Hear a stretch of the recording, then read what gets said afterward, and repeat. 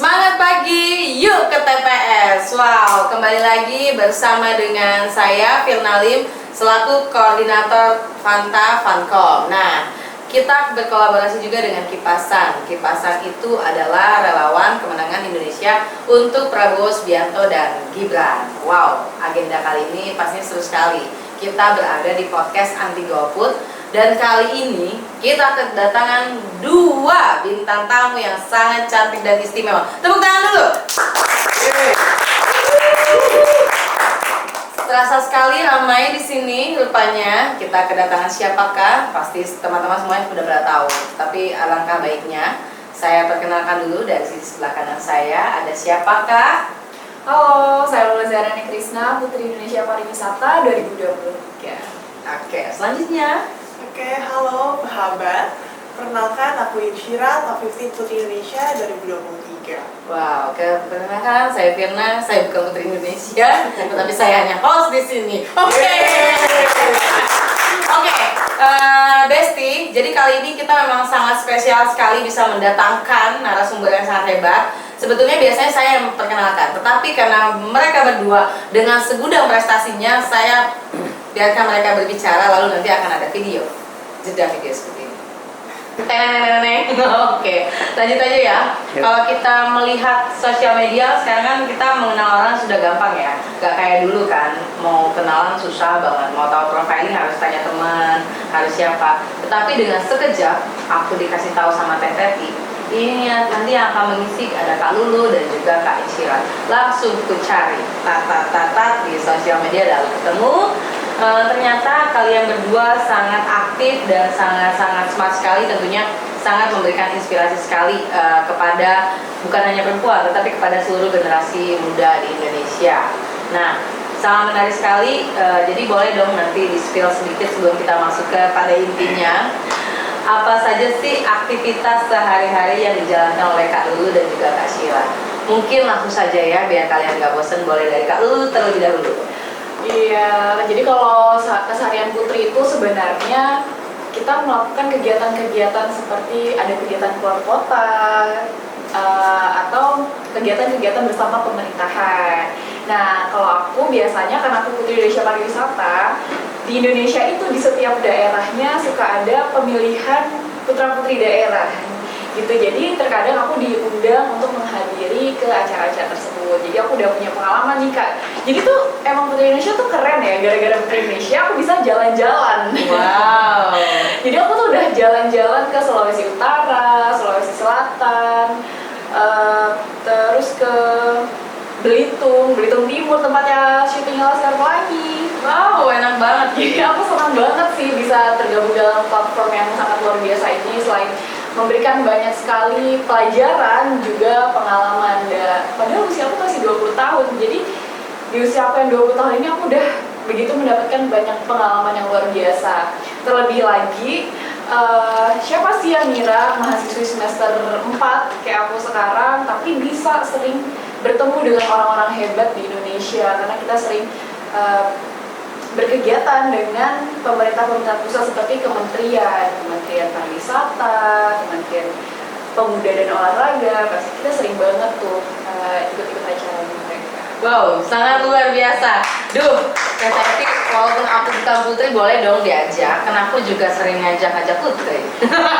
Ayo, oke, selingan. Luar biasa sekali. Ternyata seru banget dan aku kaget loh dengan Kak Lulu masih muda sekali, usianya 20 tetapi sudah bisa menjadi putri, dan itu nanti aja kita bahas bagaimana sih bisa menjadi putri itu, dan sangat luar biasa. Oke, baik, dari Kak Lulu langsung kita ke Kak Insyira. Pasti juga pada penasaran kan, boleh dong Kak Insyira. Dan kegiatan aku juga sama seperti Lulu, karena memang di pariwisata, dan aku sendiri adalah dari mental health speaker.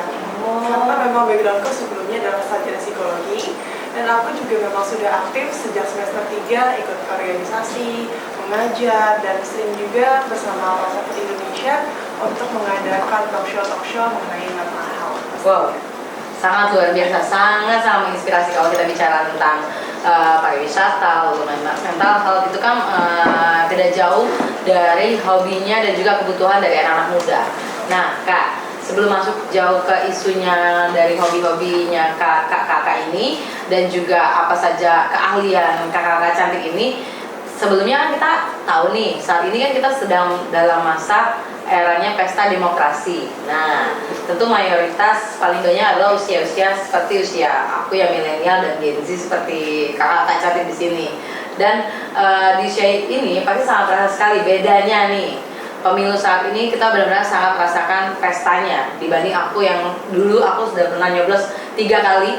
Kalian gimana? Baru pertama kali atau sudah pernah?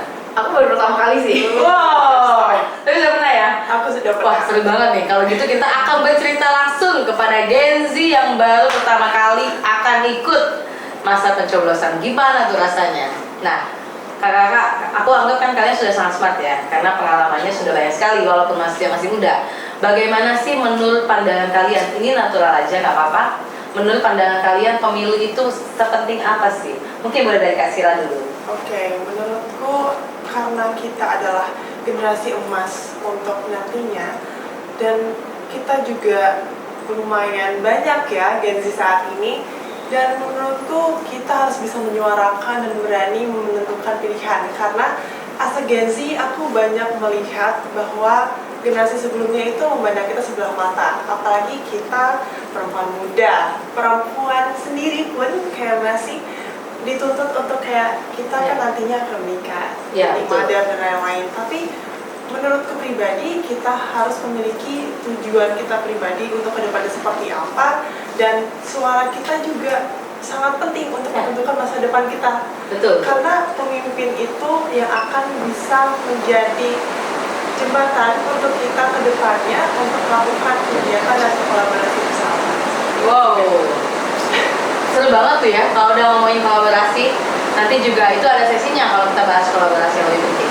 Nah, selanjutnya nih Kak Lulu nih ya, untuk pertama kali mau ikut masa pencoblosan ini, apa sih rasanya? Adakah tegang, adakah takut, dan seberapa penting di mata Kak Lulu milih ini? Iya, sebenarnya kalau ditanya seberapa penting, pastinya penting banget nih Kak. Oke. Apalagi this is my first time untuk nyoblos ya. Jadi aku excited banget memperhatikan calon-calon pemimpin baru kita nih. Jadi karena Ya. aku itu dulu ceritanya mau masuk polisi yang begitu-begitu deh pokoknya. Wow.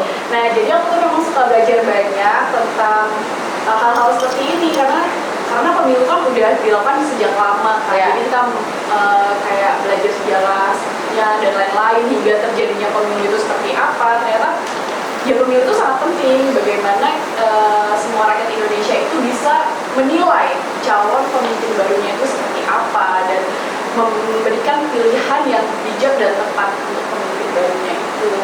Banyak yang kita pelajari dari visinya, misinya, sehingga masa depan kita juga sebagai rakyat Indonesia, sebagai bangsa Indonesia itu terjamin ke depannya seperti itu. Wow, ini luar biasa ya. Tepuk tangan dulu.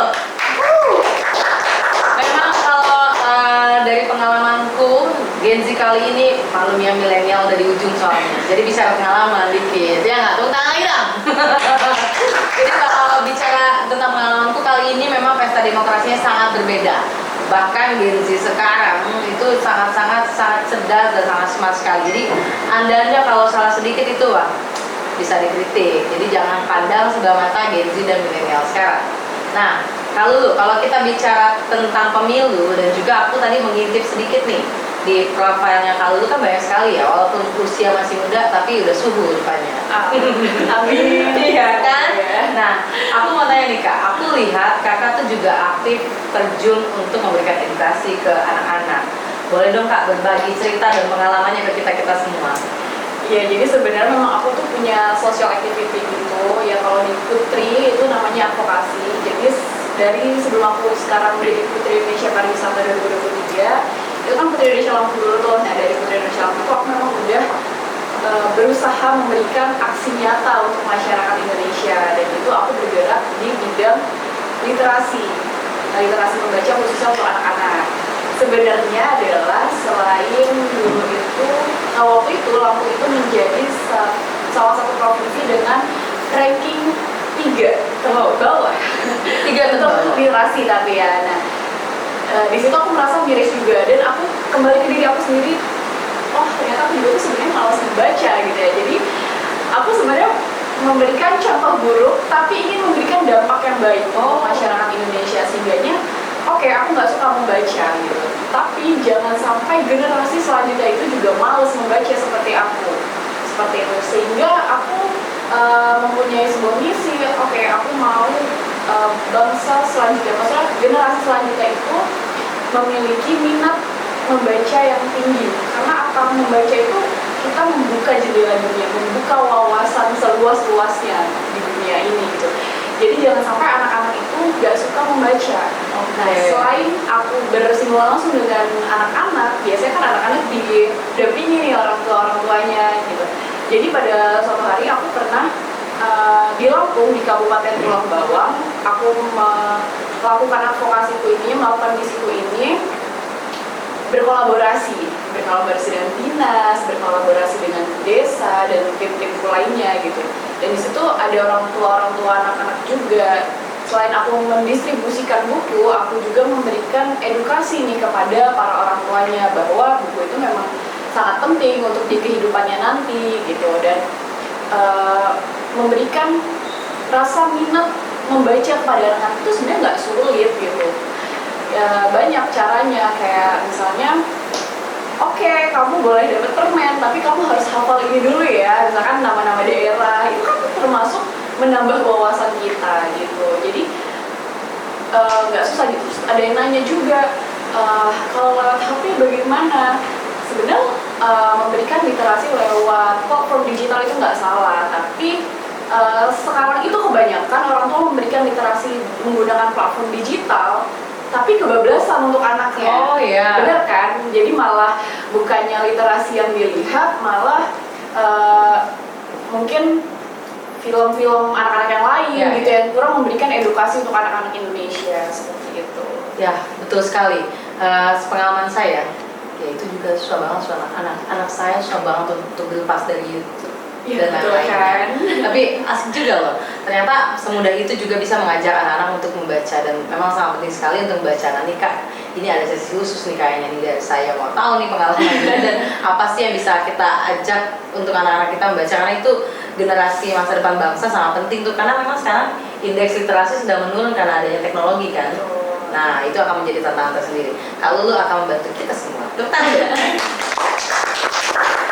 Keren banget kan? Nah, selanjutnya kita akan mau bertanya juga ke Kak Syira nih. Kak Syira, kalau kita bedah isu terkait kebutuhan milenial itu kan lagi tinggi-tingginya adalah kepentingannya itu terhadap isu sustainability dan juga mental health. Ini kan tinggi banget nih.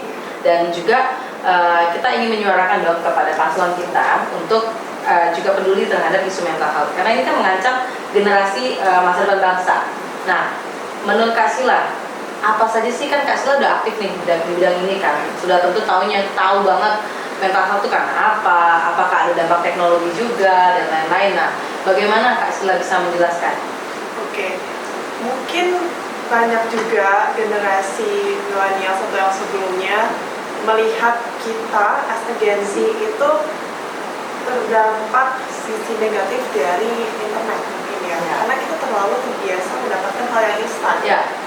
Dan kita juga menyadari itu, tapi aku pengen kita semuanya lebih aware lagi terhadap mental health. Dan yang aku lebih miris itu adalah sekarang banyak masyarakat dan milenial lainnya itu lebih self-diagnose, merasa bahwa ya kayaknya aku terkena bipolar ya, apapun itu. Dan sedangkan aku sendiri pun untuk bisa menentukan diagnosis pasien itu nggak semudah itu gitu. Jadi kayak mungkin aja itu ada mood swing, mungkin kalau kita perempuan PCOS juga banyak mood yang berubah gitu. Dan makanya kenapa aku juga dibantu oleh Platform Indonesia dengan berkolaborasi juga dengan kegiatan aktivitas lainnya.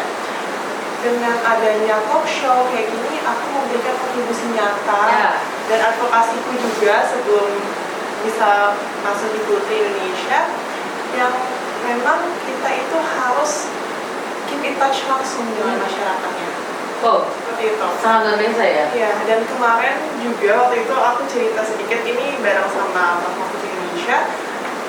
kita ngadain, kita healing mental health gitu, itu di Lembang. Itu bener-bener sejuk banget. Pagi-pagi kita juga ngadain droning, jadi kayak kita lepas alas kaki kita menginjak tanah, rumput, kita menghirup udara dan melakukan butterfly hug.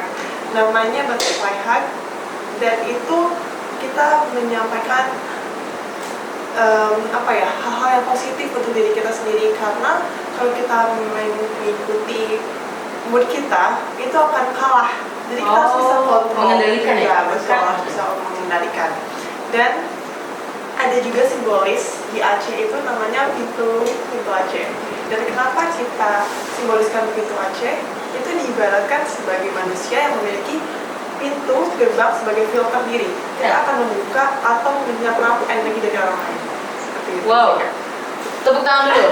Jadi kalau bicara ini memang betul sih Kak, bisa dari 10, 5-nya temanku banyak yang bilang adik-adik sih sebetulnya. Kebetulan kan aku juga aktif, temanku banyak dan usia-usia Gen Z dan milenial, rata-rata mereka bilang mereka bipolar. Nah, mungkin boleh dong nanti ya. Iya, tapi aku sih bukan ke arah takut, lebih arah aku ingin lebih dekat dengan mereka, gitu kan. Untuk apa? Itu kan sisi kemanusiaan artinya kan. Nah, hal itulah mungkin nanti bisa kita diskusi lagi. Karena ini adalah untuk masa depan bangsa, mental kita harus kuat karena kita akan masuk dalam bonus demografi, ya enggak? Nah, kakak-kakak dari segi pendidikan, dari segi mental health ini sudah menyambung sekali untuk generasi yang akan datang. Bicara generasi emas adalah kepastiannya di hari ini, di saat ini. Akankah kita mencapai Indonesia maju atau tidak? Akankah Indonesia bisa kuat atau tidak? Nah, itu ditentukan oleh pemilu yang akan datang. Nah, kakak-kakak, kalau kita lihat, kita kan di usia yang mayoritas nih. Tadi sudah ya? Tunggu dulu, kaca dulu, pikat dulu ya. Oke. Nah, sebagai pemilih dari separuh suara, itu artinya kan milenial dan Gen Z itu adalah mayoritas. Menurut kakak, seberapa percaya sih tingkat partisipasi anak muda dan kepastian mereka dengan memilih itu apakah akan tercapai ataukah tidak menurut kakak? Mungkin ini maksudnya kayak Kita percaya hak untuk mendapatkan kepastian masa depan. Iya. Oke. Sebenarnya ketika kita membicarakan hak dalam Undang-Undang Dasar 1945 juga tuh sudah dijelaskan pada pasal 28A sampai J mengenai hak-hak bangsa Indonesia yang harus didapatkan gitu. Nah, ketika kita membicarakan anak muda, kita pasti semua tahu lah ya bahwa waktu itu akan terus berputar. Jadi generasi yang sekarang itu harus menyiapkan generasi selanjutnya untuk melanjutkan tongkat estafet dalam pembangunan bangsa gitu. Jadi kalau balik lagi membicarakan hak kepastian masa depan harus sudah seharusnya generasi muda itu mendapatkan hak tersebut gitu. Karena ya bukan untuk dirinya sendiri juga, tapi untuk bangsa Indonesia, untuk membangun bangsa Indonesia gitu. Wih, luar biasa, paten. Keren banget jawabannya. Jadi itulah, dengar ya teman-teman semuanya, bahwa memang kita memiliki hak. Jadi kita juga harus menyuarakan dan jangan takut. Pasti kita ada nanti di masa yang setelah pemilihan itu kita akan mendapatkan kepastian itu ya. Mulai dari segi-segi secara program, itu kan pasti akan berdampak pada anak-anak milenial dan Gen Z. Siapa yang kita pilih kan sudah pada punya tuh paslon-paslon visi misinya. Makanya jangan lupa pilih 02. Itu iklan sedikit. Lalu menurut Kak Syira, dari pandangan Kak Syira terhadap kepastian tentang kan masih banyak yang takut ya, makanya lebih memilih menjadi swing voter. Bagaimana sih supaya anak muda tuh bisa percaya? Menurutku kita juga harus bisa melihat dari pasangan calon kita ini memiliki tujuan dan visi misinya sendiri. Dan kita as a millennial dan Gen Z, karena kita adalah vote terbanyak, suara terbanyak, kita harus bisa jangan takut gitu menyuarakan apa yang ingin kita dapatkan. Gimana kalau kita mau mendapatkan hak tersebut tapi kita sendiri pun tidak berani dan untuk pasti memilih apa yang akan kita dapatkan gitu nantinya. Jadi kalau dari aku pribadi, betul kata Lulu, kita adalah penerima tongkat estafet dari generasi sebelumnya, dan kita juga masih perlu dibimbing dan berkolaborasi, itu pastinya. Dan jadi menurutku kita jangan pernah takut atau ikut-ikutan, oh temanku ikut ini, jadi aku pilih ini deh. Tapi kamu yang bisa menentukan betul juga Setuju. agar kita bisa mencapai generasi emas tersebut. Karena kan kita adalah penerusnya mereka. Nah. Gitu. Karena kalau misalnya siapa lagi? Nah, kalau bukan sekarang kapan lagi? Pak Betul. Prabowo Subianto. Itu bahasanya Pak Prabowo banget. Nah, bicara tadi sudah disinggung terkait kolaborasi generasi. Aku setuju banget. Apalagi yang kita rasakan ya, di saat ini seringkali anak milenial dan Gen Z dikucilkan. Itu bisa apa gitu? Berebutan masalah-masalah seperti MK dan lain-lain. Menurutku kita sebagai mayoritas dan juga yang sudah ada ketetapannya lah ya segala macam, kita kan juga mayoritas dan kita juga bangsa Indonesia dan juga masyarakat Indonesia, sudah sepatutnya anak muda juga bisa dong ikut terlibat dalam pemilu kali ini, ya nggak? Karena kita juga pastinya perlu sosok yang bisa menyuarakan masukan-masukan kita itu. Apalagi kalau kita lihat nih, zaman teknologi sudah berubah sekali. Kalau dulu mungkin kita bisa belajar dari orang tua, tetapi saat ini orang tua yang banyak belajar dari anaknya, ini gimana sih nak caranya pakai ini, betul nggak? Betul. Iya nggak? Nah, itu artinya pentingnya kolaborasi, gitu kan? Nah, kalau kita bicara itu, gimana sih menurut pandangan kakak-kakak ini, udah mau akhir nih, kalau udah kayak gini nih, tenang. Pandangan Kak Lulu dan Kak Syira terhadap mirisnya anak muda sering dikucilkan seperti itu. Mungkin dari Kak Lulu dulu. Kak Lulu, Kak Syira dulu. Gantian. Kak Syira. Karena menurutku pentingnya kolaborasi generasi ini, kita bisa belajar, Ya. kita bisa menanyakan bagaimana sih untuk bisa mempersiapkan dan lebih sigap lagi untuk menghadapi masa depan gitu. Karena kan mereka sudah memiliki pengalaman, kita juga bisa belajar banyak dari pengalaman mereka. Dan untuk aku pribadi juga sangat percaya bahwa dengan adanya kita berdiskusi seperti ini gitu, dan apalagi we as a putri itu menjadi privilege as a between to bridge dengan pemerintah, kita bisa menyuarakan hak-hak generasi muda kita untuk bisa mendapatkan haknya. Makanya kita harus yakin untuk memilih dengan golput. Tuh, dengerin tuh. Bagus banget tuh pertanyaan. Kok itu nanti ada lagi panjangnya? Jangan di sini. Itu udah sesi akhir tuh. Kalau kutipan-kutipan jangan golput. Oke. Lanjut lagi kalau dulu. Oke, kalau aku sih based on my experience, jadi aku itu memang merasa aku tuh nggak mampu kalau aku sendiri. Ya. Jadi memang harus membutuhkan sebuah kolaborasi. Kayak waktu tadi aku ceritain, aku punya kegiatan di Lampung, itu aku berkolaborasi dengan pemerintah. Oh iya. Gitu. Jadi ketika teman-teman semua nih, anak-anak muda yang punya keinginan tapi ngerasa nggak mampu kalau sendirian, karena pemerintah itu mau mendengarkan kita sebenarnya gitu. Justru kadang pemerintah itu juga membutuhkan sebuah inovasi-inovasi dari anak muda, karena ya yang dikatakan Kak Syira tadi benar, kita tuh membutuhkan kolaborasi untuk mencapai sebuah hasil yang lebih baik lagi. Nah, Gitu.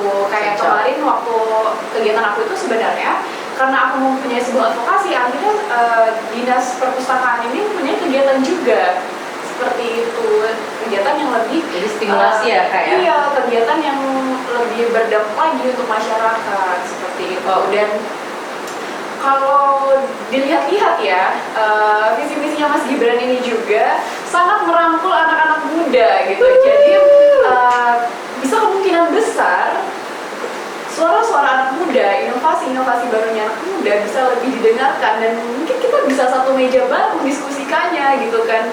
Wow. Enggak sih? Iya dong. Tuh, Mas Gibran, dengarkan tuh. Jadi Cocok banget. Iya, jadi sebagai anak muda kita jangan pernah takut lagi Tuh. untuk berkolaborasi. Tepuk tangan dulu. Ini keren banget ya, Besti. Aku setuju banget dengan kolaborasi generasi, apa yang disampaikan Kak Lulu dan Kak Syira sangat bagus sekali. Apalagi kalau kita lihat ya, Dunia sudah masuk era globalisasi dan tentu butuh pemimpin yang berani dan tegas seperti Pak Prabowo. Lalu kita juga sedang ada di era transformasi digital, tentunya butuh anak muda yang wus seperti Mas Gibran. Pasangan mana lagi coba yang komplit selain di 02? Ya nggak? Ya nggak? Sudah paten 02 sangat cocok sekali. Nah, sebelum ini sudah di ending teman-teman. Jangan sedih, mudah-mudahan di lain waktu kita bisa mengundang beliau berdua. Lalu ini untuk closing statementnya kakak-kakak. Kan kita tahu nih tingkat partisipasi pemilu masih swing voternya masih tinggi. Tadi juga sudah disampaikan di pertama ya di awal. Mungkin kita sedikit lagi reminder ke bestie-bestie yang ada di luar sana karena Pak Prabowo dan Mas Gibran juga sangat peduli. Jangan sampai kita golput, justru Pak Prabowo dan Mas Gibran ini adalah salah satu bentuk untuk mereka, pengabdian mereka ke bangsa Indonesia.